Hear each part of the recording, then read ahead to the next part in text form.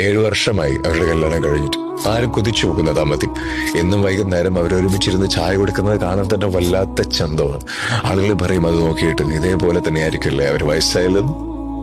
Until A day arrived. ഭർത്താവിന്റെ ഫോണിലേക്ക് യാദൃച്ഛികമായ ഒരു മെസ്സേജ് വരാണ്, ഐ മിസ് യു. ആ നോട്ടിഫിക്കേഷൻ ഭാര്യ കാണുന്നത് ഭർത്താവ് വാഷ്റൂമിലായിരുന്ന സമയത്താണ്. അതുവരെ ഭർത്താവിന്റെ ഫോൺ ചെക്ക് ചെയ്യാത്ത ഭാര്യ തുറന്നു നോക്കി. ഹൃദയം നടുങ്ങി.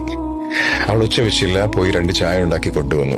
അയാൾ വാഷ്റൂമിൽ നിന്ന് വന്നപ്പോ ഒരു ചായയുടെ കപ്പ് അയാളുടെ മുന്നിലേക്ക് നീട്ടിയിട്ട് പറഞ്ഞു, എന്റെ ഈ മൗനത്തെക്കാൾ നിങ്ങൾക്ക് സുന്ദരമായി മറ്റുള്ള ആളുടെ company അനുഭവപ്പെടുന്നുണ്ടെങ്കിൽ you free to go, നിങ്ങൾക്ക് പോകാം. അയാൾക്ക് കാര്യം മനസ്സിലായി. അവൾ ഉച്ച വെച്ചില്ല, അത് അയാളെ കൂടുതൽ അലട്ടി. കാരണം അവൾ സ്ട്രോങ് ആണ് എന്ന് അയാൾക്ക് മനസ്സിലായി. അയാൾ മാപ്പ് പറയാൻ തുടങ്ങി. ഒരുപാട് മാപ്പ് പറഞ്ഞു. അവൾ പറഞ്ഞു, ഓക്കെ പ്രൂവ് മീ. അയാൾ എഫേർട്ട് എടുക്കാൻ തുടങ്ങി. ഒരുപാട് സ്നേഹിക്കാൻ തുടങ്ങി. മറ്റേ ബന്ധം പൂർണ്ണമായിട്ട് കട്ട് ചെയ്തു. തെറാപ്പിക്ക് പോയി. ഒരുപാട് എഫേർട്ട് എടുത്തു. അങ്ങനെ 1 വർഷമായി. പതിവ് പോലെ അവർ ചായ കുടിക്കാനിരുന്ന സമയത്ത് അവൾ പറഞ്ഞു, നിങ്ങൾ പെർഫെക്റ്റ് ആയതുകൊണ്ടല്ല ഞാൻ നിങ്ങളുടെ കൂടെ വീണ്ടും നിന്നത്. വീണ്ടും സ്നേഹിക്കാൻ കഴിയും എന്ന് നിങ്ങൾ പ്രൂവ് ചെയ്തുകൊണ്ടിരിക്കുകയായിരുന്നു. ഒരു മനുഷ്യരെ സംബന്ധിച്ചിടത്തോളം മിസ്റ്റേക്ക് പറ്റുക എന്നത് സ്വാഭാവികമാണ്. പക്ഷെ ആ മിസ്റ്റേക്ക് മനസ്സിലാക്കി ഉടനടി തിരുത്താൻ തയ്യാറാകുമ്പോഴാണ് അയാൾ യഥാർത്ഥത്തിൽ മനുഷ്യനാകുന്നത്. U proved it. നിങ്ങൾ ഈ റിലേഷൻഷിപ്പിനെ മാനിച്ചു.